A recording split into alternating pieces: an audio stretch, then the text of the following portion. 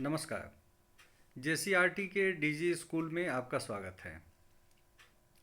Students, आज हम सामाजिक विज्ञान विषय के अंतर्गत इतिहास का अध्ययन करेंगे और इतिहास में हम आपके पाठ संख्या 4 चतुर्थ पाठ, जिसका नाम है उपनिवेशवाद और आदिवासी समाज, इसका हम अध्ययन करेंगे। तो चलिए हम इसकी शुरुआत करते हैं। बच्चों, आपके सामने भारत का एक मानचित्र बना हुआ है और इसमें आप देख सकते हैं कि इस मानचित्र में कई आदिवासी जनजातियों के नाम लिखे हुए हैं। तो बच्चों, हम जैसा कि देख रहे हैं, भारत के सबसे उत्तरी क्षेत्र में जहाँ पे हिमाचल प्रदेश है, वहाँ पे एक जनजाति का नाम लिखा हुआ है वन गुज्जर। देख रहे हैं स्टूडेंट्स? उसी तरह से उत्तराखंड वाले क्षेत्र में आप देख सकते हैं भोटिया। स्टूडेंट्स, जो राजस्थान और मध्य प्रदेश का जो पश्चिमी क्षेत्र है, वहाँ पे आपको भील जनजाति मिलेगी। ये भील जनजाति का क्षेत्र है। इसी तरह से महाराष्ट्र क्षेत्र में आपको बंजारा जनजाति, आंध्र प्रदेश और तेलंगाना क्षेत्र में आपको कोया बंजारा,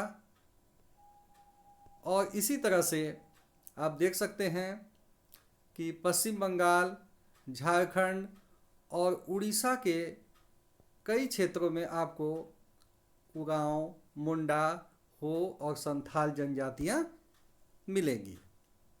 इसी तरह से यदि हम पूर्वोत्तर भारत में जाते हैं तो वहाँ हमें नागा जनजाति, खासी जनजाति और भी कई जनजातियां भारत में हैं। तो स्टूडेंट्स, हमें इस चैप्टर के माध्यम से ये जानना है कि उपनिवेशवाद यानी कि जो कॉलोनियलिज्म जो है, जो भारत में अंग्रेज़ों का आगमन हुआ, तो आगमन होने पर आदिवासियों के जीवन पर, आदिवासियों के समाज पर उसका क्या प्रभाव पड़ा, या कि अंग्रेज़ों के भारत आने के पहले आदिवासियों का समाज किस प्रकार अपना जीवन यापन कर रहा था, और अंग्रेज़ों के आने के पश्चात जो परिस्थितियों में बदलाव आया, तो वो बदलाव कितने सकारात्मक थे या कि कितने नकारात्मक थे। इन समूची बातों का अध्ययन हम इस चैप्टर के माध्यम से करेंगे। तो स्टूडेंट्स, मैं आपको बता दूं कि भारत में जनजातियों का एक बहुत बड़ा समूह है, और सच पूछिए तो दुनिया की बहुत बड़ी जनजाति जनसंख्या जो है वो भारत में मौजूद है, और वो भी अलग अलग तरीके से जीने वाले, अलग अलग तरह का उनका जीवन यापन और अलग अलग तरह की मत भिन्नता। तो इतना कुछ होने के बावजूद जो भारत में जो जनजातियां निवास करती हैं, उन जनजातियों का अस्तित्व जो है आज हजारों लाखों वर्षों से भारत में बना हुआ है। तो इस चैप्टर के माध्यम से हम लोग ये जानने का प्रयास करेंगे कि आदिवासियों के जीवन में क्या परिवर्तन आया उपनिवेशवाद के चलते।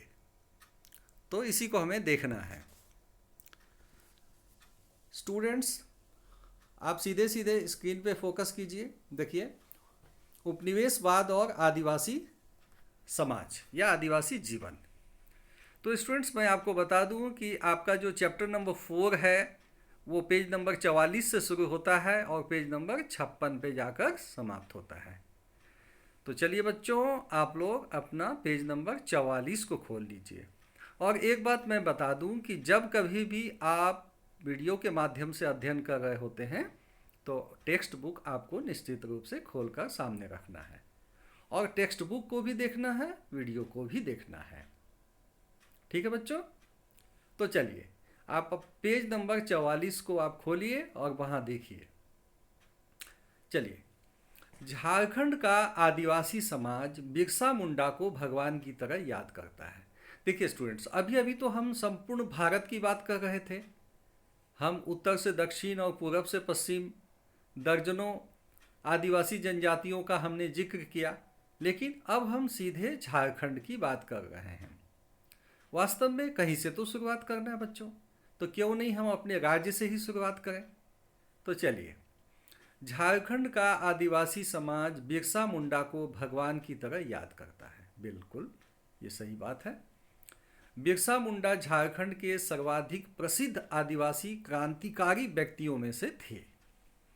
स्टूडेंट्स, एक बार तो भगवान और दूसरी बार देखिए यहाँ पे लिखा हुआ है व्यक्तियों में से थे।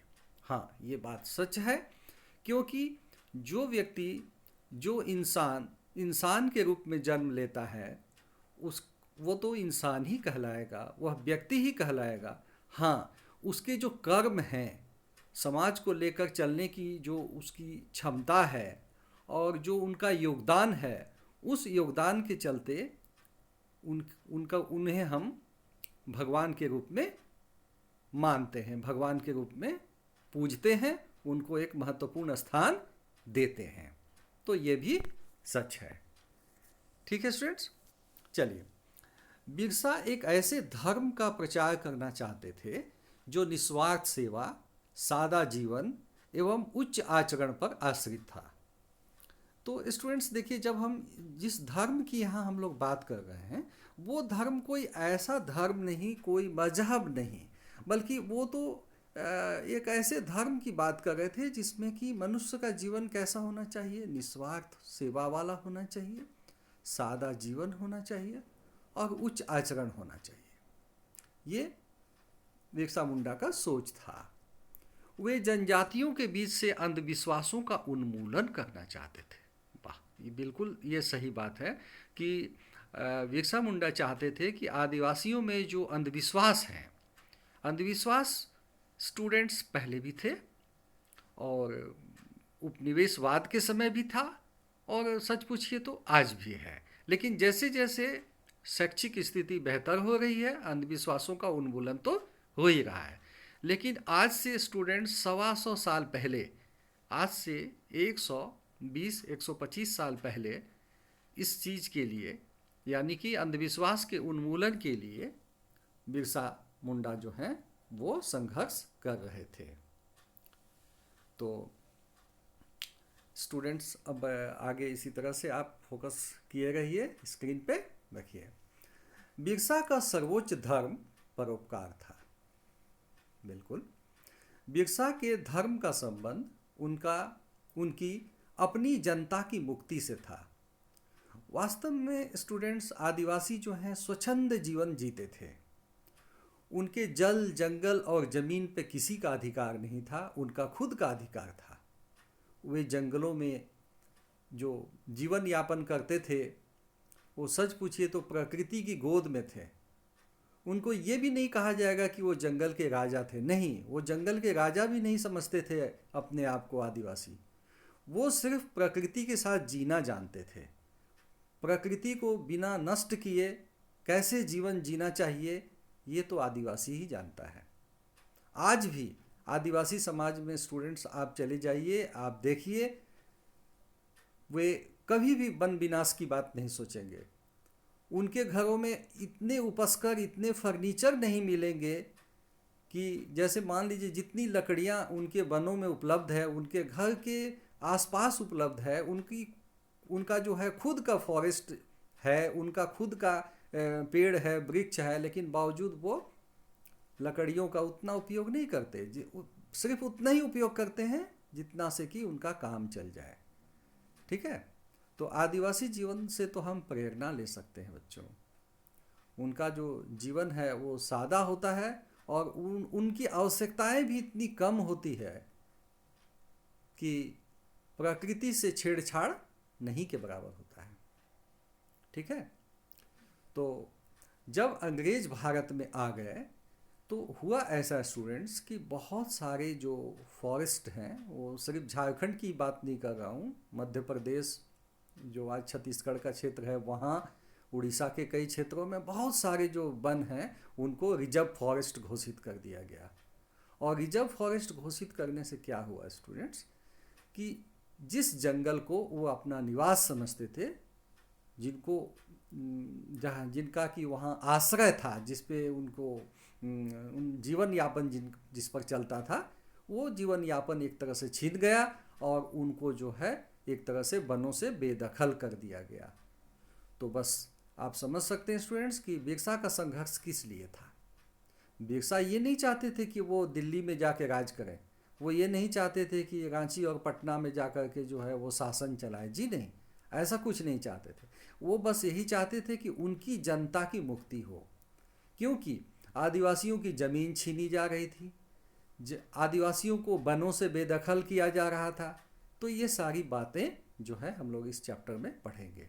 तो स्टूडेंट्स मैं बता दूं कि ये इस चैप्टर का यानी चौथे चैप्टर का पहला वीडियो है। तो पहले वीडियो में तो स्टूडेंट्स मैं जो है जहाँ तक हो सकेगा आपको समझाने का प्रयास करूँगा, इसमें प्रश्नोत्तरी को मैं शामिल नहीं करूँगा। इसके बाद वाला जो वीडियो होगा उसमें मैं प्रश्नोत्तरी को शामिल करूँगा। तो अभी आप सुनते जाइए और समझने का प्रयास कीजिए, और खुद से भी आप टेक्स्ट बुक को पढ़िए। देखिए ये सारी बातें आपके टेक्स्ट बुक में लिखी हुई है। सन 1895 ईस्वी में जुलाई का महीना था। बिरसा अपने दोस्तों के साथ जंगल में घूम रहे थे, तभी अचानक गरज के साथ साथ बारिश भी शुरू हो गई। बच्चों ये एक घटना है 1895 की। हुआ क्या था कि एकाएक से मतलब वो जब जंगल में थे, आप उम्मीद कर सकते हैं कि चाईबासा और रांची के बीच का जो जंगल है आज इतना घना है, तो आज से 125 साल पहले कितना घना रहा होगा, कितना बड़ा बीहड़ है। आज जिस वहाँ उस क्षेत्र को हम लोग जो बंदगांव और मुरहू वाला जो क्षेत्र है ना, ये चाईबासा से रांची जाने के रास्ते में, तो वह क्षेत्र जो है आज भी यदि उसमें सड़कें जो बनी हुई है तो वो घाटी बनी हुई है जिसको हम लोग टेबो घाटी के नाम से जानते हैं। तो वहाँ पर जीवन यापन बहुत कठिन है और घनघोर जंगल है वहाँ पे।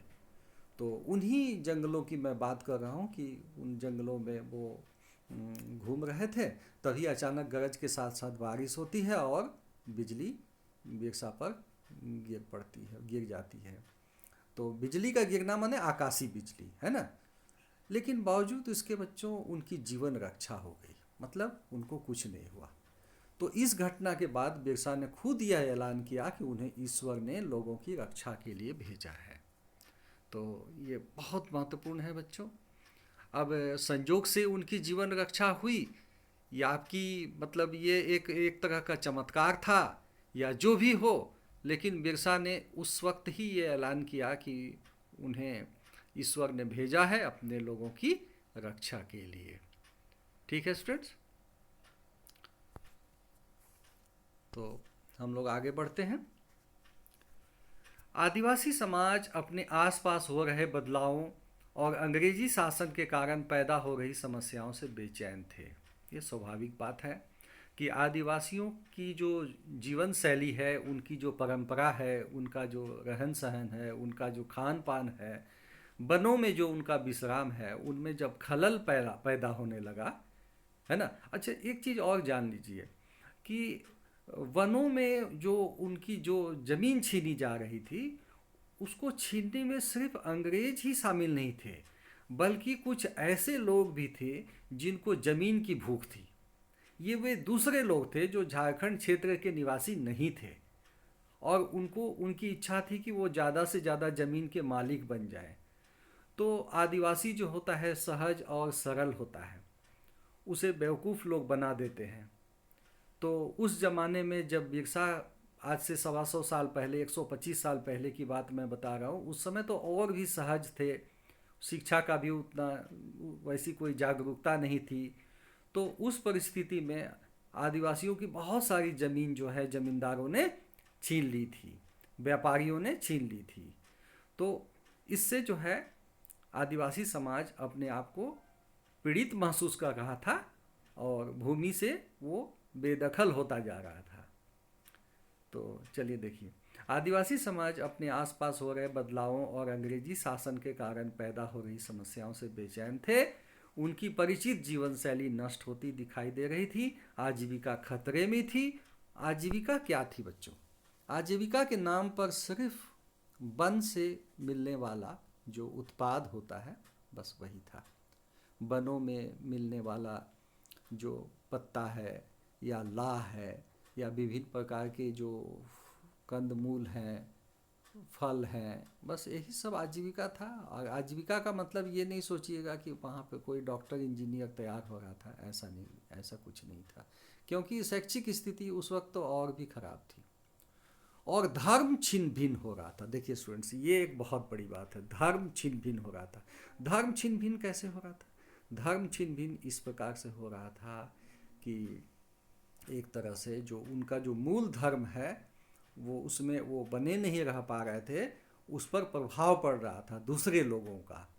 जो ईसाई मिशनरियाँ भी जो हैं वो आदिवासी क्षेत्रों में प्रवेश कर चुकी थी और लोगों को अपने तरीके से समझा रही थी। ठीक है, तो इस कार्य में अंग्रेजों के साथ ही साथ दीकू भी शोषक की भूमिका में थे। दीकू का मतलब हुआ कि वे भारतीय लोग ही, लेकिन कौन से भारतीय? वे भारतीय जो कि आदिवासी नहीं थे। ठीक है, तो स्टूडेंट्स आगे देखिए स्क्रीन पे। All tribals they are unhappy with the changes they were experiencing and the problems they were facing under British rule. Their familiar ways of life seemed to be disappearing, their livelihood were under threat, and their religion appeared to be in danger. Birsa urged his followers to give up drinking liquor and stop believing in witchcraft and sorcery. तो इसको समझने की कोशिश कीजिए students. All tribals they are unhappy. Unhappy तो थे कौन लोग? ट्राइबल्स लोग। ट्राइबल्स लोग माने आदिवासी लोग। विद द चेंजेज, किस लिए अनहैप्पी थे? जो बदलाव आ रहे थे। कौन से बदलाव आ रहे थे? वे बदलाव जो कि अंग्रेजी सत्ता के आने के पश्चात उनको समस्या के रूप में जो झेलना पड़ रहा था। ठीक है, आगे। Their familiar ways of life seem to be disappearing. उनकी जो एक सामान्य रहन सहन और जीविका थी वो एक तरह से नष्ट हो रहा था। Their livelihood were under threat, और उनकी जो आजीविका जो थी वो खतरे में थी। And their religion appear to be in danger, और उनका जो धर्म था वो भी खतरे में था। तब क्या हुआ? Birsa urged his followers to give up drinking. सबसे पहले बिरसा ने कहा कि आप लोग शराब मत पीजिए। And stop believing in which craft, और जो आप लोग जो है डायन प्रथा और दूसरी अंधविश्वासों पे आप लोग जाते हैं। विच क्राफ्ट का मतलब स्टूडेंट्स डायन ही होता है, डायन प्रथा होता है, उस पर आपको विश्वास नहीं करना है। एंड सोर्सरी, और अंधविश्वासों पे आपको भरोसा नहीं करना है। ठीक है, तो स्टूडेंट देखिए इस चैप्टर में तो काफ़ी कुछ आगे है, काफ़ी कुछ पढ़ना है, लेकिन अभी इस वीडियो के माध्यम से मैं इतना ही आपको इसी स्थान पे आपको रोकना चाहूँगा, क्योंकि इसके बाद में दूसरे वीडियो में और एक तीसरा वीडियो भी एक होगा जिसके माध्यम से मैं इस पूरे चैप्टर को समाप्त करूँगा। तो स्टूडेंट्स कुछ अंग्रेजी शब्द हैं जिनको आपको जानना चाहिए। जनजाति को ट्राइबल्स बोलते हैं, आदिवासी भी उसको बोला जाता है, और जनजातीय रीति रिवाज को हम लोग rituals and customs of tribe बोलते हैं, और जनजातीय समाज को हम लोग ट्राइबल सोसाइटीज़ बोलते हैं, ट्राइबल सोसाइटी।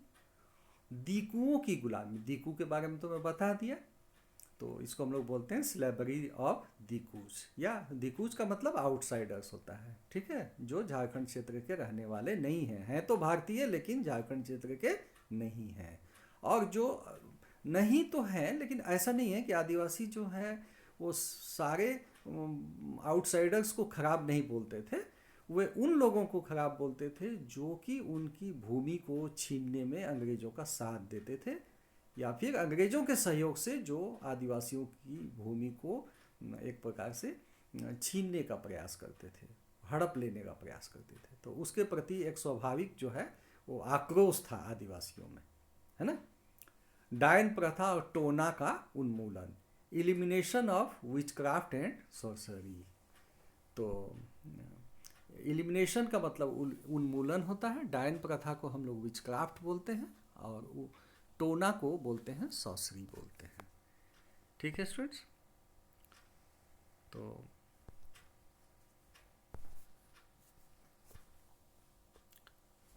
यहीं पे इस वीडियो को मैं समाप्त करता हूँ और आपसे ये बच्चों मैं निवेदन करता हूँ कि आप जो है लगातार पढ़ाई में बने रहें और कोशिश कीजिए कि आप टेक्स्ट बुक को एकदम लाइन बाय लाइन पढ़िए और इसके बाद जो मैं वीडियो आपके समक्ष लेकर आऊँगा उसमें बहुत सारे प्रश्न भी होंगे, तो वो आपको समझना है और उसका प्रॉपर जवाब देना है। तो ठीक है स्टूडेंट्स, इस वीडियो को मैं यहीं पे समाप्त करता हूँ।